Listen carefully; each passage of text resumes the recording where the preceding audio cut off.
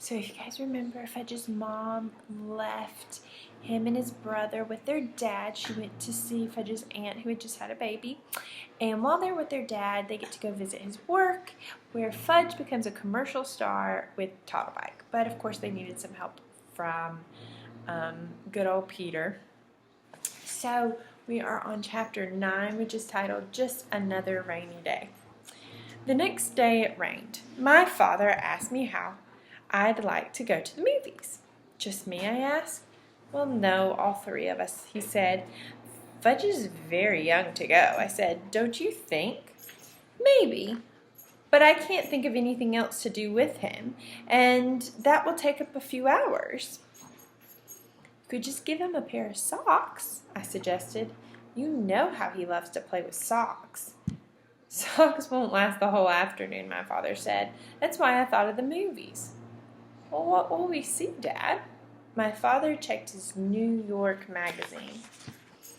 A Bear's Life is playing in the neighborhood. How does that sound? What about it? Well, what's it about, I asked. Well, A Bear's Life, I guess, my father said. It's rated G. I was thinking of a good old Western with lots of action, or at least a picture rated R where you can't get in unless you're under 7. You can't get in if you're under 17 unless you're with a parent. But my father had made up his mind. A Bear's Life it was. I suggested that my father get Fudge cleaned up because by then he was looking kind of messy. I don't think my father even put him into his pajamas last night. By 1 o'clock, we were ready to go. It's so funny. He's been wearing the same polo shirt ever since my mother left yesterday morning. So all three of us wore our raincoats and rubbers, and my father took his big black umbrella. One thing about New York is it's hard to get a cab when it's raining.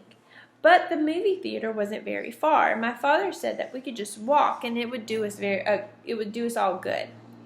There were a lot of puddles, and it was really pouring. I like to walk in the rain, especially if it isn't too cold. It feels nice when the wet hits your face. I jumped over the puddles, and my father avoided them too, but not Fudge. He stomped right into everyone and splashed around like a little duck. By the time we got to the movie theater, the bottom of his pants were soaked.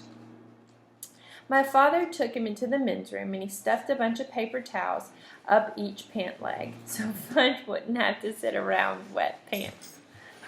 At first, Fudge complained, but when my father bought him a big box of popcorn, he forgot all about his stuffed pants. Right after we got settled into our seats, a big boy sat down in front of Fudge, so we had to change seats with my father. Now he was on the aisle, and I was in the middle, and my father was on the other side. When the lights went dim, Fudge said, "Oh, dark." I told him, "Be quiet, you can't talk during the movies." "Okay, Peter," he said. That's when he started throwing his popcorn. At first, I didn't notice, but I wondered why the people in front of us were turning around every second. Then I heard Fudge whisper, "Pow, pow, pow, pow," and I saw him throw a handful of popcorn. I poked my father. "He's throwing his popcorn," I whispered. My father reached across and tapped Fudge on the leg. "If you throw one more piece, I'm going to have to take it away from you." "No throw," Fudge said very loud. "Shh," the people in front of us said. "Shh," Fudge said back to them. "You see," I told my father, "he's too young for the movies. He just doesn't understand." But from the moment the first bear came on the screen, Fudge sat still and watched. And after a while, I forgot all about him and concentrated on the movie. It was much better than I thought it was going to be. It showed all these bear cubs and how they live. Not sure when I realized Fudge was gone. I guess it was when I turned to ask him if he had any popcorn left. I had already finished mine, and he was still hungry. I was really surprised to see he wasn't there. I mean, one moment he was sitting next to me, and then the next he was gone. "Hey, Dad," I said to my father. "He's gone." "What?" my father asked. "Fudge, he's even in his seat." My father looked around. "Well, where did he go?" "I don't know. I just noticed he was gone." "Let me out, Peter. I have to find him." Should I come too? No.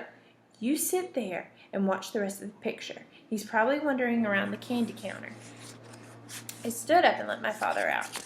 I wondered what my mother would think if she knew that Fudge was lost in the movies. A few minutes later, the picture stopped right in the middle of a scene. The soundtrack trailed off like a broken record, and all the lights came back on. The audience let out a groan, "Oh!" and some kids called, "Boo! Boo!" Then my father and two ushers and a man in a suit came over to me. "He was sitting right here," my father told them, pointing to the empty seat on the aisle. "Well," the man in the suit said, "we've checked the restrooms in the office, and he's not behind the candy counter. We'll have to search the theater." He cupped his hands around his mouth and shouted, "Ladies and gentlemen, may I have your attention, please? We'll continue with our film in a moment, but first we have to find a 3-year-old boy who answers to the name, Fudge." Some people laughed when the man said his name. I guess Fudge does sound like a funny name if you're not used to it. I thought to myself, maybe he's been kidnapped. Would my mother be mad? That crazy kid, you can't even take him to the movies. Then I thought, who'd want to kidnap him anyways? "What should I do, Dad?" I said. "Why don't you walk up and down the aisle and call for him, Peter?" "Okay," I said. "Here, Fudge," I called, started staring down the aisle. Like I was calling a dog. "Come out, Fudge, come here." When I got down to the first row and called, "Here, Fudge," he popped out at me and scared me so bad I yelled, "Whoa!" "Hi, Peter," he said. "Hey, I found him! I found him! Here he is, I found him!" Then I turned to my brother. "You dope! What are you doing? Way down here! Why are you sitting on the floor?" "Wanted to touch Bells," Fudge said. "But Belle's all gone." He spread out his arms. "All gone." My father and the ushers and the man in the suit ran to us. "Fudge," my father said, scooping him up. "Are you all right?" "He wanted to touch the bears," I said. "Can you beat that?"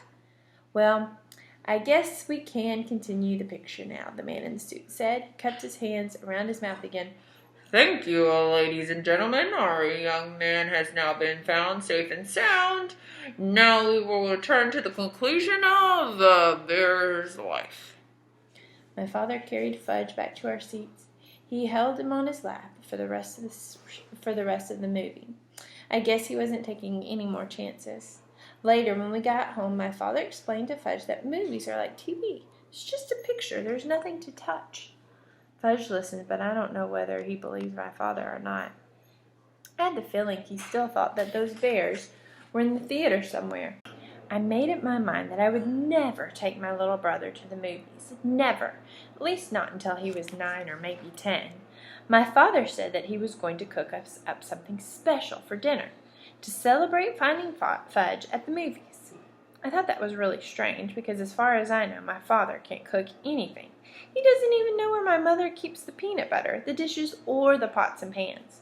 Lucky for him, I was there to show him. "What are you going to cook, Dad?" "A super-duper omelet," he said. "Omelet? I'm not sure me and Fudge like omelets." "Oh, you'll love this one," my father said, humming as he gathered his ingredients together. "Get me a big frying pan, Peter." "Okay," I said, and I gave it to him, and he melted some butter in it. "What's going in this super-duper omelet?" I asked, while Fudge sat on the floor banging 2 pots together. "Well, eggs, of course. Omelets are made of eggs," he said. "And what else?" I said. "Oh, I think I'll make a mushroom omelet." "Eggs and mushrooms?" I said. "Yes, you'll just love it." "Not so sure." "You'll see, Peter," my father said. I sat up in the table while my father cooked. I even put Fudge in his booster chair. When the omelet was done, my father brought it to us. He was still humming. "That's some big omelet," I said when I saw it. It filled up the whole frying pan. "How many eggs did you use?" "About a dozen," my father said. "Mom only cooks one at a time," I told him. "When you taste it, you'll know I used them all up." "You mean it's that good?" I said. "Go on," my father said as he served me taste it. I took a big bite. It was awful. It was the worst thing I'd ever ate in my entire life. But my father was standing there grinning, so I didn't want to hurt his feelings. "Well," he said, It's, nice, I told him, swallowing a chunk and washed it down with a big glass of milk. You see, your mother ought to experiment more. You learn a lot of different things. I don't think Mama ever made me a mushroom omelet, I said. My father put some on Fudge's plate, and then he served himself. Fudge shoved a lot in his mouth all at once, and I waited, figuring he'd choke on it. Instead, he said, good. My father beamed, and Fudge wasn't smart enough to fool my father, so he must have really liked it. But a kid that can eat flowers and swallow his own teeth wouldn't know much about omelets anyway. When my father sat down and tasted his super-duper concoction, he not only choked on it, but he spit it out. "Oh, no, that's awful! Something's wrong. Maybe the eggs are rotten." "Mom just bought them on Thursday," I said. "Maybe it's the mushrooms then," my father said. "Maybe it's how you cooked it," I suggested. My father jumped up from the table and threw the mushroom omelet in the garbage. "More! I want more!" Fudge said. "No way," my father told him. "That wasn't any good." Fudge screamed, "Eat it or wear it! Eat it or wear it!" And he flung his spoon across the room and hit my mother's favorite plant. Dirt spilled all over the kitchen. "Now you stop that," my father yelled at Fudge. "I'm going to make a nice peanut butter sandwich. Then you're going to have a bath. Your mommy's coming home tomorrow, and we're going to show her how well Daddy managed, all by himself. Peter, where does your mother hide the peanut butter?" After supper, my father bathed Fudge. The only thing he decided not to do were the dishes. He stacked them in the sink and left them for my mother. On Sunday afternoon, we drove to the airport to meet my mother's plane. On the way there, my father said, "Wouldn't it be fun if we just kept all of these things a little secret from the weekend? Just between the three of us, kind of like a man's secret." I agreed not to say a word, and my mother was so glad to see us that she didn't even mention the dirty dishes in the sink. 6 weeks later, we were watching TV one night when the new Toddle Bite commercial came on. "That's me," Fudge said. My mother looked at him from the book she was reading. "He does look like you, Fudge, but that's not really you." "Oh, yes," Fudge said. "That's me. See?" My mother squinted and looked harder. "You know what, Warren?" she told my father. "He does look a lot like Fudge." Then she laughed. "Imagine another boy looking like Fudge." "It's Fudge, all right," I said. "That's Fudge, all right," my brother repeated. "We didn't tell you, dear," my father said. "We thought you'd like to be surprised, but that really is Fudge." "What?" my mother said. She couldn't believe it. "You see, Mom," I began, "remember that weekend you went to visit Aunt Linda?" Then I stopped and thought about all the things my mother didn't know. The puddles, the paper towels, he wanted to touch the bears, the mushroom omelets, Mr. Vincent and his big cigar, and Janet and her goldfish crackers. I looked at my father and started to laugh, and so did he.